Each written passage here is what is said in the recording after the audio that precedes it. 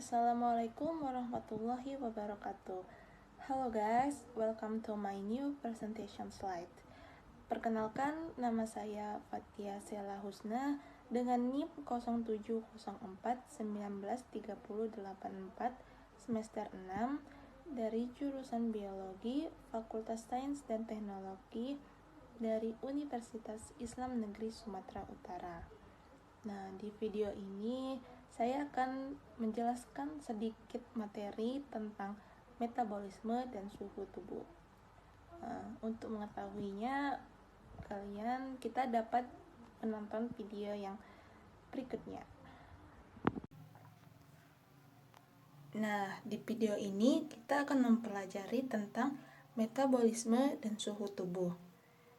Di sini kita dapat melihat proses dengan metabolisme pada gambar di samping, yang dimana metabolisme adalah perubahan kimiawi yang terjadi dalam tubuh untuk pelaksanaan berbagai fungsi vitalnya.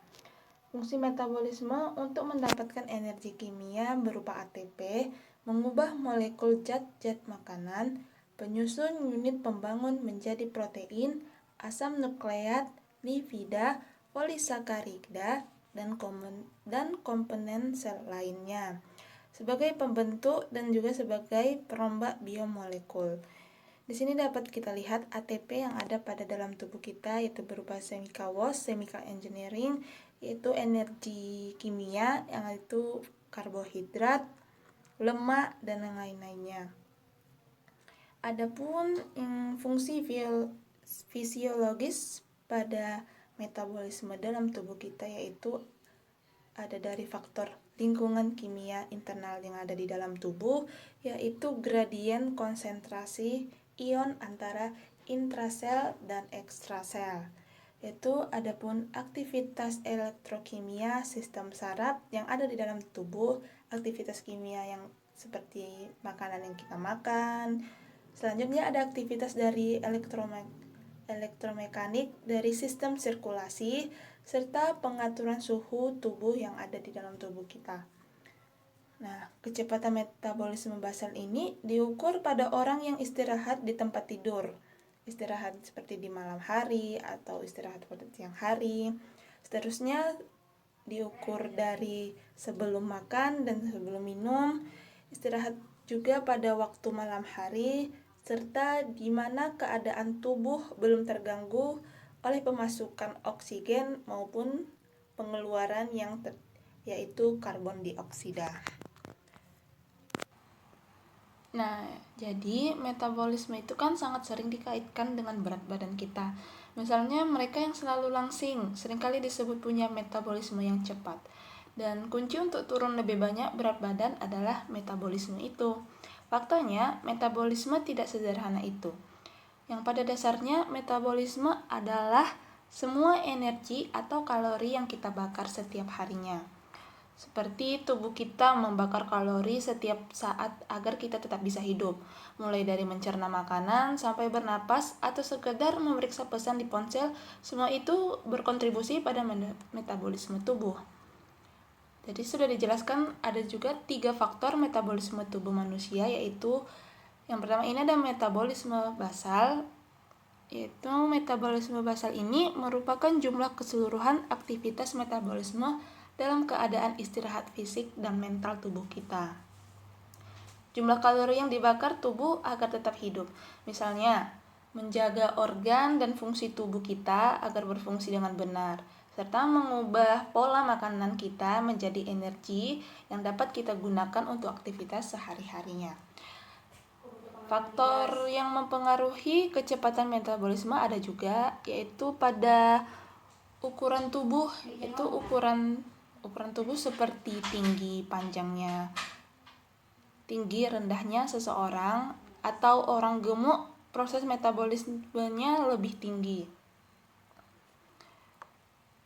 Dari faktor umur juga atau usia, di mana usia orang remaja dan usia orang dewasa terjadi peningkatan metabolisme tubuh dan menurun setelah usia lanjut dewasa, yaitu orang lansia seperti itu. Orang lansia peningkatan metabolismenya pasti semakin turun. Yang selanjutnya ada faktor dari jenis kelamin. Kalau pada laki-laki metabolismenya lebih besar dibandingkan dengan perempuan yang metabolismenya lebih kecil atau peningkatannya sering turun. Dari jenis pekerjaan atau aktivitas yang kita lakukan, pekerjaan-pekerjaan yang kita lakukan. Misalkan pekerjaan yang berat. Nah, pekerjaan yang berat membuat kecepatan metabolisme kita menjadi lebih tinggi. Adapun faktor dari iklim atau cuaca yang ada di daerah kita sendiri itu sangat mempengaruhi faktor dari kecepatan metabolisme karena cuaca yang terkadang tidak menentu. Nah, jadi kalau ditanya bisakah kita meningkatkan laju metabolisme? Jawabannya tentu saja bisa, tapi butuh waktu yang cukup lama tergantung bagaimana proses kita ingin meningkatkan metabolisme tersebut. Kita bisa memulainya dengan berdiet atau menjaga pola makan kita. Karena metabolisme basal juga dipengaruhi oleh jumlah energi yang dikeluarkan oleh tubuh. Jumlah energi yang dikeluarkan tubuh itu seperti aktivitas yang kita lakukan di luar ruangan ataupun di dalam ruangan. Ya, untuk mencerna makanan dan jumlah makanan yang kita konsumsi, maka pola makanan kita itu kita atur sama jumlah aktivitas yang kita lakukan. Beberapa makanan perlu energi lebih untuk dicerna tubuh. Nah, maka dari itu kita membutuhkan makanan yang dengan jumlah energi yang lebih karena dapat meningkatkan metabolisme kita. Selanjutnya yaitu ada juga metabolisme karbohidrat. Metabolisme karbohidrat itu ada dalam pencernaan.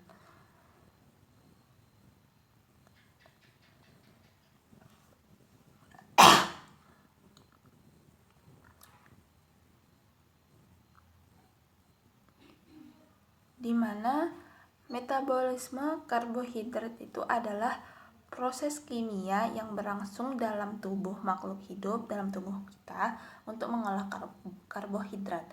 Baik itu reaksi pemecahan yaitu katabolisme maupun reaksi pembentukan anabolisme. Bentuk karbohidrat terpenting adalah glukosa, yaitu suatu senyawa gula sederhana atau monosakarida yang dipahami ada terdapat di setiap makhluk hidup untuk proses metabolismenya.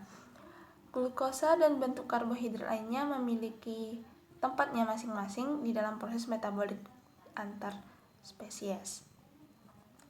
Nah, pada sistem pencernaan yaitu proses pemecahan makanan dari bentuk kompleks menjadi bentuk sederhana seperti tadi ya kan. Karbohidrat berperan sebagai hasil dari pencernaan dan absorpsi gula serta zat tepung yang ada dalam darah berupa glukosa tadi. Karbohidrat itu merupakan sumber utama energi dalam tubuh kita dan panas tubuh kita. Sebagian besar dalam bentuk glukosa itu sekitar 80%. Glukosa setelah berada di dalam sel oleh insulin akan disimpan atau disintesis lagi menjadi glikogen, baik itu pada hati, otot, atau jaringan dalam tubuh lainnya. Di dalam tubuh kita terdapat beberapa jalur oksidasi karbohidrat. Misalnya glikolisis anaerob, glikolisis aerob, glikogenesis, glikogenolysis, asam glukuronat, dan gluconeogenesis. Mengingat fungsi karbohidrat itu ada dalam metabolisme, bisa menghasilkan sebuah energi yang sangat penting bagi tubuh. Energi hasil dari metabolisme karbohidrat ini akan menjadi bahan bakar untuk organ tubuh kita. Apakah dapat mampu bekerja dan berperan sebagai sumber energi pada otak juga. Selanjutnya ada metabolisme protein. Metabolisme protein yaitu proses kimia dan fisika yang mencakup pada perubahan atau disebut anabolisme. Perubahan protein menjadi asam amino dan penguraian yang disebut katabolisme. Penguraian asam amino pada protein. Asam amino yang telah tersebar melewati darah dan masuk dalam jaringan tubuh akan disintesis kembali menjadi protein. Nah, kalau ditanya apakah zat yang berbahaya pada metabolisme protein, seperti zat sisa metabolisme protein yang berbahaya bagi tubuh adalah amonia. Amonia merupakan zat sisa dari perombakan protein melalui tahapan transminasi dan deaminasi yang menghasilkan senyawa asam karboksilat dan amonia. Asam karboksilat digunakan untuk proses sintesis gula, lemak dan menjadi sumber energi. Nah, amonia yang dihasilkan harus dinetralkan terlebih dahulu oleh hati kita melalui tahapan siklus urea atau biasa disebut siklus ornitin. Dari tahapan ini, amonia akan diubah menjadi urea dan selanjutnya dibuang melalui urin. Nah, transport pada protein.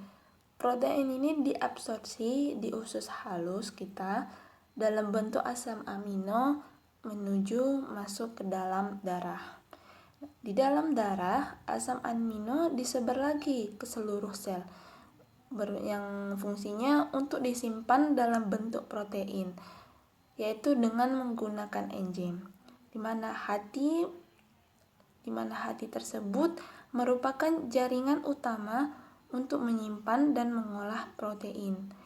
Produksi buangan hasil metabolisme protein dalam jaringan tadi yaitu urea, asam urat, dan kreatinin.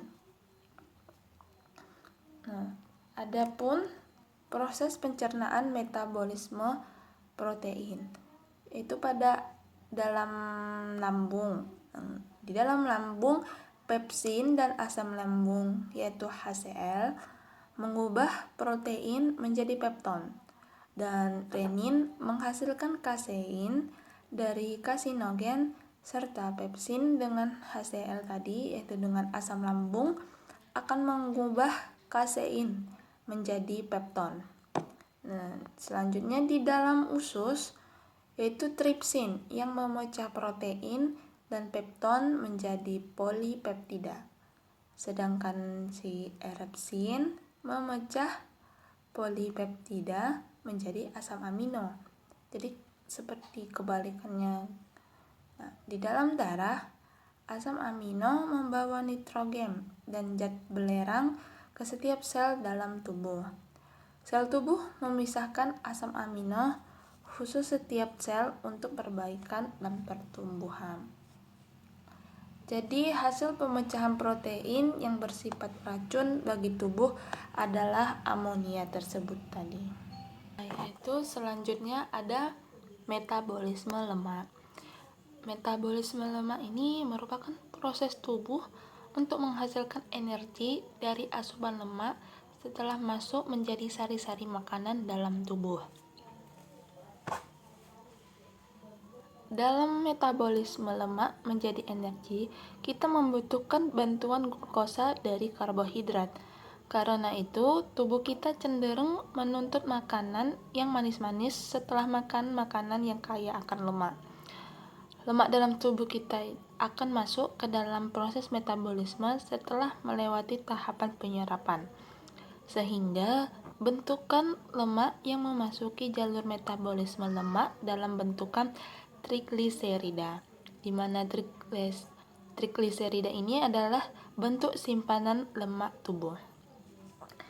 Metabolisme lemak atau lipid yang terdapat sebagai bagian dari makanan hewan merupakan campuran lipid yang sederhana, yaitu campuran dari terpena dan stearida, dan yang kompleks yaitu triasilgliserol, fosfolipid, sfingolipid, dan lilin yang berasal dari tanaman maupun jaringan hewan. Dalam mulut dan lambung, lipid tadi belum mengalami pemecahan yang berarti. Jadi setelah berada dalam intestin, lipid kompleks terutama triacilgliserolnya dihidrolisis oleh lipase menjadi asam lemak bebas dan sisa. Enzim lipase diaktifkan oleh hormon epinefrin. Enzim ini dibantu oleh garam asam empedu, terutama asam kolat dan taurokolat, yang disekresi oleh hati. Fungsi garam itu sebagai mengemulsi makanan berlemak, sehingga terbentuklah emulsi partikel lipid yang sangat kecil. Oleh karena itu, permukaan lipid menjadi lebih besar dan lebih mudah dihidrolisis oleh lipase. Enzim ini tidak peka terhadap larutan lemak sempurna.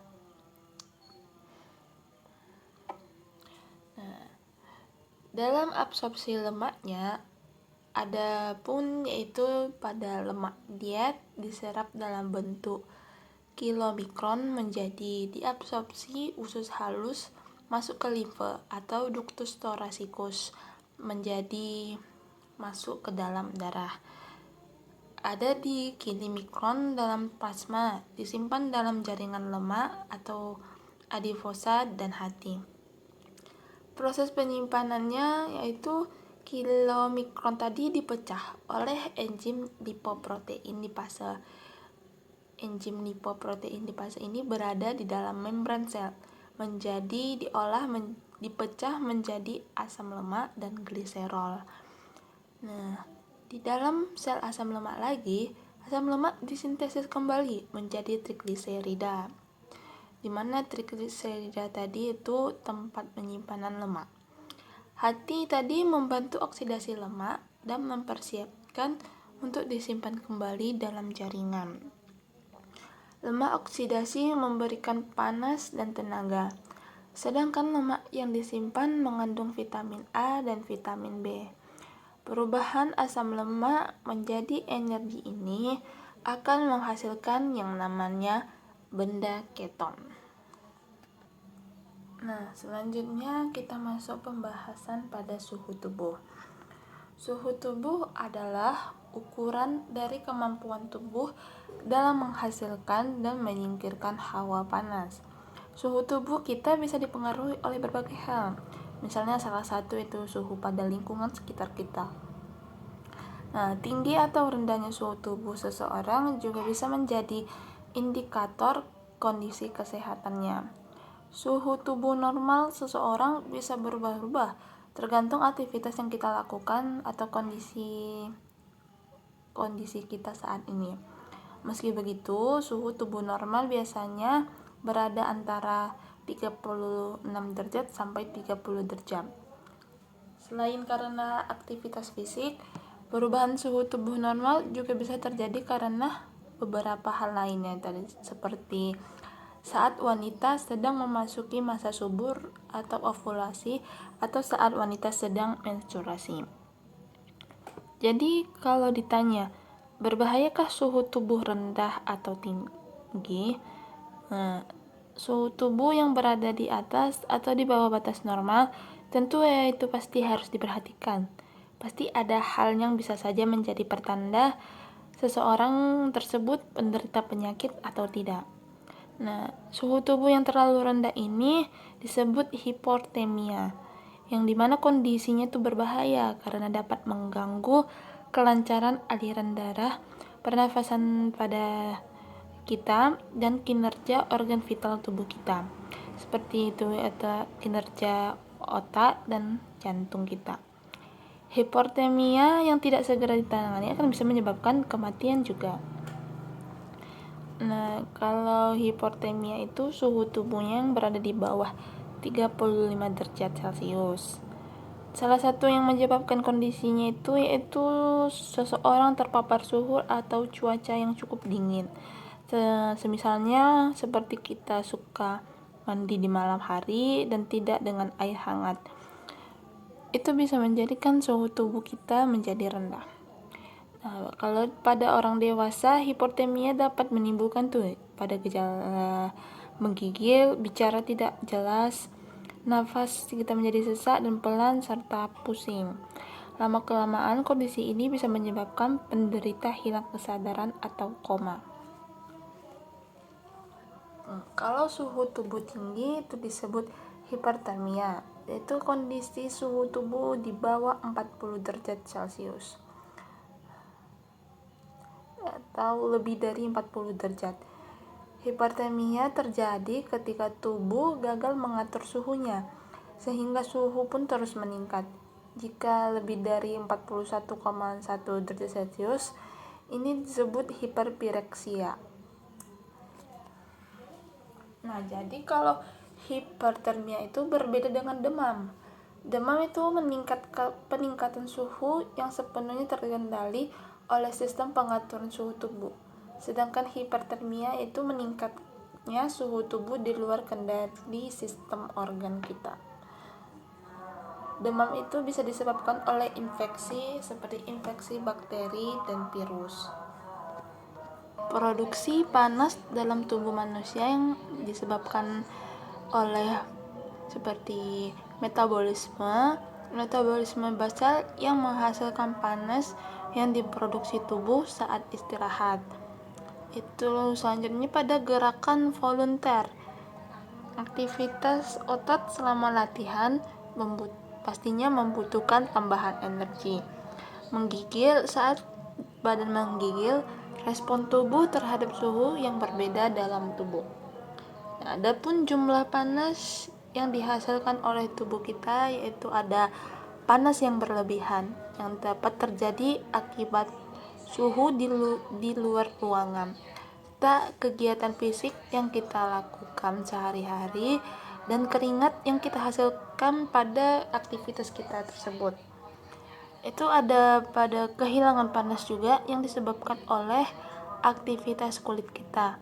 Alasan yang paling utama adalah penguapan air dari paru-paru dan organ ekskresi. Selanjutnya ada pelepasan panas. Suhu turun terjadi karena vasokonstriksi, yaitu pelebaran pembuluh darah yang berlangsung lama. Karena hal ini terjadi oleh suhu yang dingin atau saat kita kelaparan, sehingga tubuh menggigil dan gemetaran. Selanjutnya ada pembentukan panas di dalam tubuh, di mana pembentukan panas dalam tubuh sangat tergantung pada taraf metabolisme yang ditentukan oleh kegiatan proses kimia yang berlangsung dalam jaringan. Nah, bagian dalam inti suhu tubuh mana yang benar-benar mempunyai suhu rata-rata 30 derajat Celcius, yaitu dapat diukur melalui pada daerah mulut, otot, membran timpani, vagina, dan esofagus. Di bagian luar adalah temperatur kulit yang kurang lebih 1/3 massa tubuh, yaitu dapat diukur pengukuran kulit sampai 2 cm ke dalam. Dari dua bagian tersebut dapat disimpulkan bahwa temperatur suhu tubuh rata-rata atau TMB yaitu temperatur mean body. Nah, adapun organ yang mengatur suhu tubuh kita yaitu pusat pengatur suhu panas dalam tubuh adalah hipotalamus.